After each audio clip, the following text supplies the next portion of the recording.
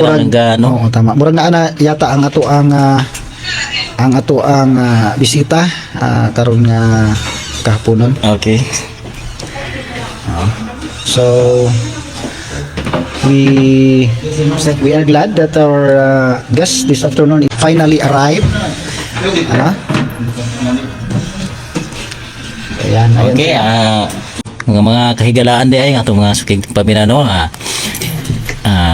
dalipay mi og kining dako nga wagin pakyasa nga atong imbitasyon nato sa diri sa ato sa Armed Forces of the Philippines no nga atong gi-invite ang usa sa ilang unit no sa Army Reserve Command no kay nganong nakakuan po ana ba kay na may gusto bitaw gyud nga mga reservist nga gusto magpa-reserve nga so mga anak mutana sa tuwa ba nya at least sa mo nato pag para na magpa-reservist mi na sana karon matubag na gyud yung pangutana ninyo may kigsona no correct. So atong tagag panahon no si atong mga tigpaminaw sa estasyon sa radyo sa DXGS 765 no sa pihitan ng mga radyo at ganoon na rin sa aming mga taga-subaybay sa ating live stream. Ngayong hapon ay kasama po natin ang napaka-espesyal na bisita or our guest this afternoon sa programa natin na Pilipinas Sigugmaang Dios.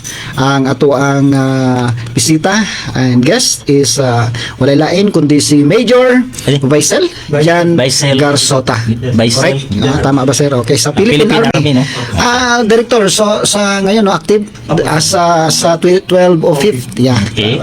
1205th Community Defense Center. Okay. So sir, mahatsit ka karon sir ha kay daghan na og mga pangutana nga pwedeng maibato namo sa imo ha para daghan pud ang makadungog og taga na to si sir gayon nga mubati sa correct. labaw sa sa iyang mga higala no. Sir, hatag na mo sa mga time para maka-greetings ka muna bago tayo magpalawig ngayon. Daghang salamat no sa opportunity nga gihatag sa mua nga maipaabot na to sa atong mga tigpaminaw ang mga informasyon tungkol sa Reserve Force o unsa man ning ginatawag nila na mga reservists no. So bago na ako ipagpatuloy no, ako si Major Baisel Jan Garsota, the Director of the 1205 CDC which covers the area of Sarangani and General Santos City. So ang hinahawakan nato karon na Reserve Force is the 1205 RRBN under kay Colonel Manilay, the Battalion Commander of the 1205 RRBN ng Sarangani Jensan. At the same time, under tayo rin ang administrator ng 203rd Ready Reserve Combined Arms Brigade which covers the entire Region 12. Wow. Sa karon ang atong brigade commander si Senator Manny Pacquiao ang brigade commander ng 203rd. Okay. So service man siya. Tama. So yun no, pasensya na at medyo na delay kami kasi gikan pod mi sa ROTC nato. So at the same time kita pod ang administrator ng ROTC unit ng Army component dito sa Jensan Sarangani. So ang ato ang ROTC dire is yung Holy Trinity College at saka Mindanao State University and the Golden State University. So Army component ng Reserve Force yan. Okay. Yes sir. So based na kasi sa ngayon wala naman tayong face to face no na field training talaga. So anong ginagawa ngayon sir? Zoom din o mga training na lang kaya Naatay mga innovations nga gi-adapt para matuloy-tuloy pa rin ang ato ang ROTC program kasi ang ROTC program kasi ang pinakadako na main source sa ato ang Reserve Force. At the same time sa ating regular force. So dira ta nagakuha ng pool of candidates para sa ato ang Armed Forces of the Philippines no. Tapos itong ROTC nato is siya po ang ato ang hindi lang pagiging reserve member ng Armed Forces. Alright. Kuan din isa sa objective niya is to instilling discipline at pagiging nationalism doon sa ating mga kabatanon. So sa karon ang ato ang ginahimo is online platform. Naatay mga tapos may limited face to face sunod ta doon sa protocol sa ITF na ginapahimo. Yes sir. Okay. So, may babatiin ka ba, sir, na mga iniibig natin dyan sa So ating akong ginagawa siguro lahat ng member ng ating reserve force, no? Ginakumusta na ako sa ako taga Jensen din ako, mission graduate, so akong pamilya. I miss you. Ako taga Darilampud ko sa Jensen. Okay. ay kami mga dayuhan kami dito eh. Mga bago lang kami dito kasi tumagal kami sa Manila, ngayon lang kami nakabalik. Kaya maraming salamat Sir Major Garzuta sa iyong time, and magpapalawig pa tayo ngayon. At of course, gusto talaga namin malaman, no, yung Ariscom. Opo. Ano ba ang mga connected ba ito sa yung Republic Act 9163, no? 9163. 9163. In STP law. Sa NSTP law. Sir, pwede mo ma-expand pa sa karamihan, no? Base sa akong nagian, maayon ni nga imo ang ipabalog gini makadungog ang mga ginikanan kunon sa gining rule o sa gining Ariscom, kining ROTC para mabaluan nila. Ug labi na po dito sa mga musuguday pa lang, no, sa pag-eskwela kay ilahang man gini agian. Major.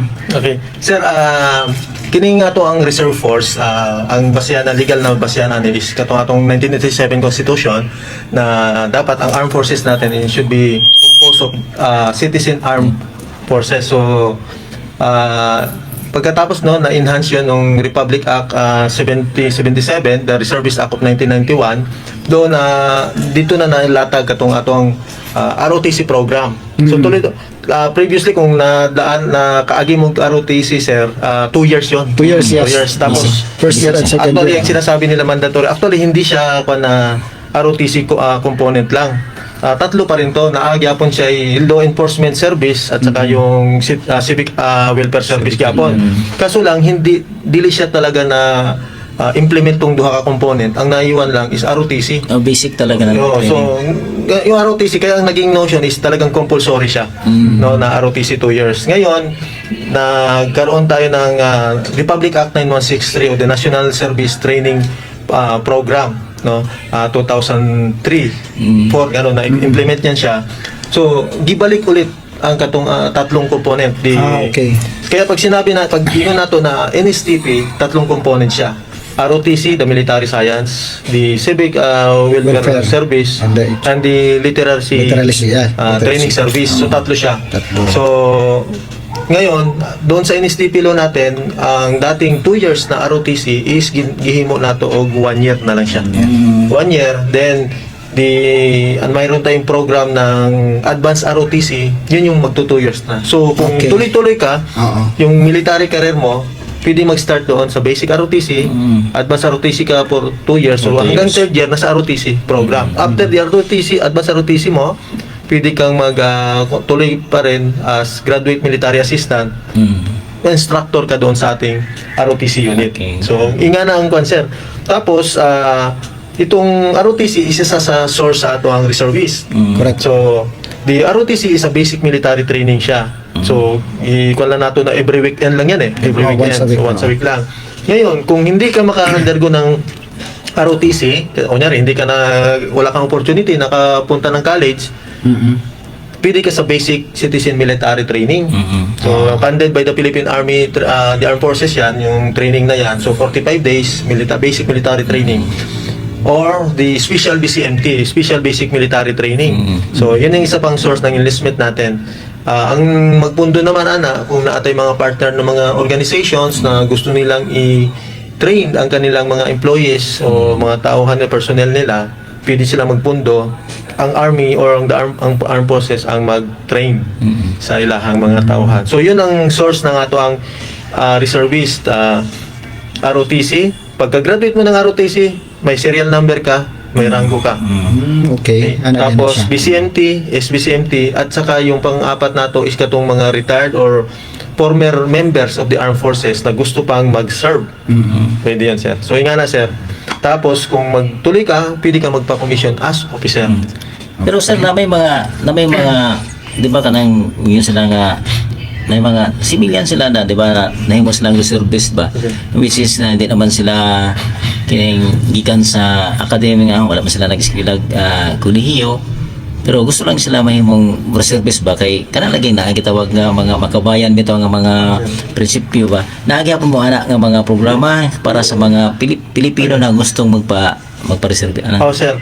Katong atong giingon sir na SBCMT at saka BCMT, mo to sir ang pwede nilang agian para mag-reserve sila. 45 days yun, sir. Okay. So, kasi, yun nga, sir, that is our social responsibility to serve and protect our country. Kahit naman sino, sir, hindi natin pwedeng asahan ang China na mag-depend sa ato kung na ay invasion ng ibang bansa. So, tayo, kita gyapon nga, tagiya sa panimalay, mo magbantay sa atong balay.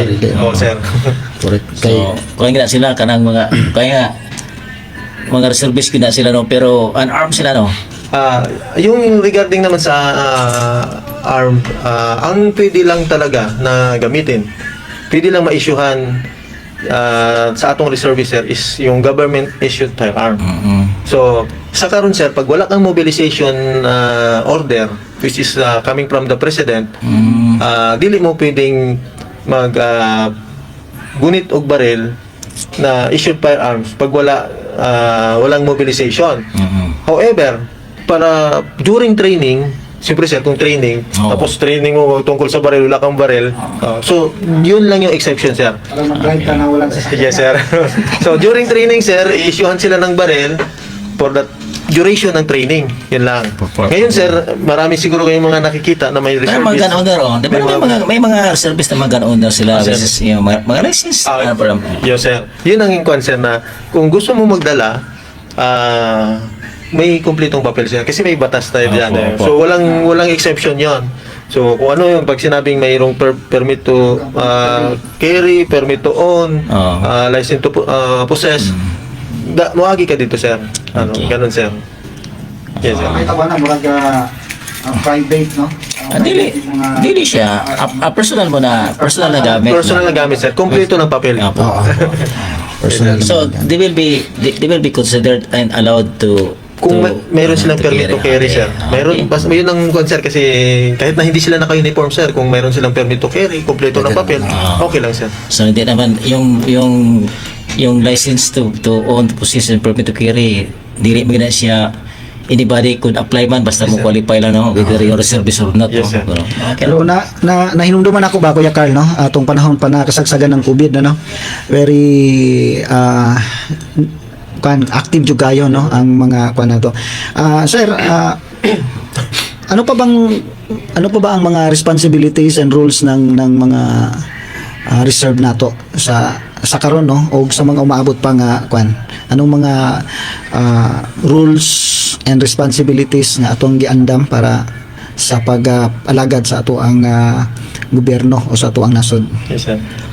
Bilang reservist, sir, sa karon sir, number one mo na nasa mission talaga ng ating reserve force is the base of expansion ng ating armed forces. So, ang ginawa ng ating gobyerno sir is papalakasin yung reserve force. So, ang ginahimo nato is training lang. I-train natin yung reserve force.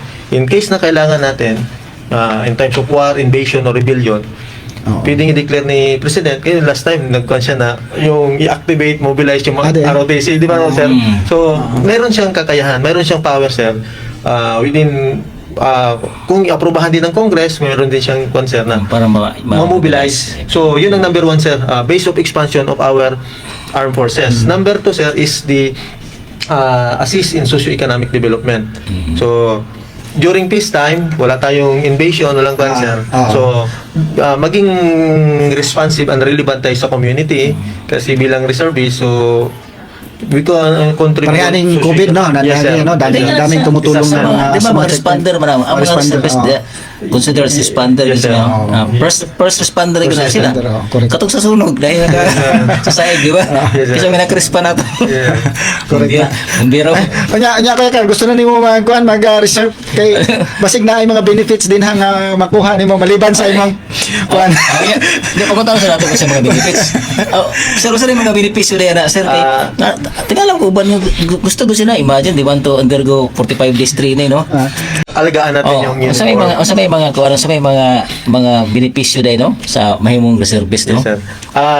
So, sabi ko nga, palagi nga namin kanyan, sir, ito ang talagang pinakamataas na form of service. Kasi you are rendering your time, no, you're sharing your time to the people na walang ina-expect na kapalit. So, however, meron tayong pag naatay mga activities, sir, tulad yung training, so meron tayong mga minimal na mga para magamit nila during training. Subsistence allowance, then clothing allowance, laundry allowance, minimal lang siya, pero yun para mayroon siyang magamit for the purpose of training. So generally kung talaga siya volunteer service in terms After of training, wala na. yes sir, kung lang yan for the duration of training. Tapos as a reservist, sir, bilang part ka kasi ng armed forces, so mayroon kang sir, yung Accountability. pasok ka sa mga military installation, military sir, allowed ka sir, kasi yun. Then mayroon tayong mga military hospital kung doon sa inyo sir, pwede kang maka-sir, sa mga services, yes, sir. sa what was given sa kanang gitawag na regular na sa Yes, sir. ang forces, Yes, sir. mabil po na nila, no? Yes sir. Tapos kung mayroon tayong mga establishment sir, yung mga post commissary, pwede rin sila sir pumasok. Kasi ikon yun sir, subsidized. Kaso lang dito sa ato kasi sir, ang pinakaduol lang dito is siguro Panakan sir, yung mga military parang mga grocery. Saka sir, may supermarket. Ay, discount. Pag mga subsidized kasi yan ng government sir, sumura doon. So kung reservist ka, pwede ka rin makapag-avail doon sir. Pwede, Ganun, ato sir. ka rin to. Gasolina. Tipid ni mo. Yes, sir. Pero pila yun yung kuhan karon, pila yun yung kanang manpower ba mga ang strength ba karon sa mga reservists ginsan lang kung if you have that idea sa whole bas maya gani para Yes, sir. Itong kategory ng reservist natin, sir, ang hinahawakan natin kasi, sir, is the ready and standby reserve. Okay. The ready reserve natin, sir, required sa natin is kailangan na kay isa ka batalyon per province. So, ang area namo karon, sir, Sarangani province, kasama na yung Gensan. Meron tayong 1 battalion under kay Sir Manilay, Colonel Manilay. 559 yung isang batalyon natin. Ngayon, yun yung ready reserve, sir. Tapos, ito tulad niya, sir, pagka nakagraduate ka kasi ng BCMT, ROTC, automatic, sir, you're incorporated doon sa standby reserve. Sa karon, sir, ang atong standby reserve, per record natin, sir, nasa 9,000 plus. Ito yung mga 9,000. graduate na ng Mga ROTC, academ sir, na pati yung BCMT sir, no, hindi pa sila nag-render ng hindi pa sila na doon sa ready reserve. Yeah. No, sir. This is Region 12 lang, di ba? Sarangani lang. Sarangani, sir. Every province, sir, meron isang batalyon. Okay. Okay. So, ang kuwan kasi natin yan, sir, is territorial battalion siya. In case of emergency, mayroong isang batalyon Na ma-pull out. i-mobilize Mobilize. per province. Okay. Yes, sir. Yun ang nationality, sir. Nakoy si Major Bida ba to? Sir, sa 30. Sa 38 IB. Yes, sir. siya ba ito good katong mga gitrain sa mga tribo ba kay na may kapgo. So ang iyang kuan ba kaya mo tong na-discuss tong kanang community village defense system ba. So ang kapgo manggod pili na sila i-deploy bisang asa, strike enable na sila. So nagi kagalingon nga ilang gitrain ba nga murag mga mahimo sila mga tanod siya na nag-train ang army, no? Do you have that idea? Yes, sir. Para mura sila tanon sila pero train sila sa ano? Yung CAFGO natin, sir, CAFGO is reservist yan. So duha ka kategory na pod na daghang kategory sir ba. Duha na pod ka kategory ka in terms of yung services. Meron tayong military active auxiliary at yung civic active auxiliary. Itong CAFGO, sir, this is the military active auxiliary. Kaya ang konya is geographical auxiliary unit, parang ganun, sir. So, Citizen Armed Force Geographical Unit. Yes, sir. So, reserve sila. After nila mag-render ng active service doon sa CAFGO, ma-incorporate sila dito balik sa reservist. Kasi yung serial number nila, sir, is from the pool of or block of serial numbers from the reserve force. Sa Ariscom gikan na. Yes, sir. Yes, sir. Ariscom, sir, is the administrator ng reserve force. NATO. So, yung ating Philippine Army, ang unit na nag-administer ng reserve force is the ARISCOM. So, part kami ng ARISCOM, sir. So, we administer the reserve force natin. Kasi I remember one time dito po ko sa GHQ ba? Yes, Because I was working with the series. Ay, sir. Current kanato yun. Ang nahimo atong head sa Ariscom si Colonel Alindayo. Yes, sir. Ang kami nga minsan na-invite pa dito para kanang mga value nga Promotions, yes, sir. So na ba mo na-integrate ba na ngayon na nga program sa inyong mga training sir? Actually, sir, meron kami. Pati sa ROTC, sir, one time, sir, pwede na, baka pwede kami makarequest sa inyo. Values formation, sir, mga pa namin. Kasi part na siya ng nato sa pag-build ng ating Opo. kasi dito kasi baka ito yung mga future leaders natin, sir. So, kung dapat dito pa lang sa pagsisimula, maayos na yung Opo. values na dadalhin nila pag grow up nila or pagka nandun na sila sa position. Kasi ito yung mga future natin. Baka sa sunod sila na yung mga mayor, senador. Correct. Totoo yan, totoo yan. Kasi ang isa din ka kaya dumating ako sa ganun point ba kasi usually nagiging justification na sa mga tuwas kalihukan ba mga naging PE sila mga ano ipi mga biktima mo ko sa busos military good nilabay lang ko gispitsahan ko gikulata ko magkikasukol palaban ko sa bukid Yeah. so nahimo silang pray sa mga kuan mabita na nga ingabot sa akong mind ba nga dapat naagay na nga mga values ba kay para kining kanang ang atong giniporme ba para sa pagpangalagad no Yes, sir. dili siya sulaw tanawon kun dili tanawon nimo siya nga kuan gyud ang kanang service kuan gyud ba Yes, sir. Nami kayo nga to ang istorya ba pero nahurot na gyud ang atong oras ba wag kita kamalay paspas kayo. Yes, sir. Maka-extend ta gamay ani ron. Kay magano pa ta hatag pa ta og timbaya sa ato ang last na minutes no.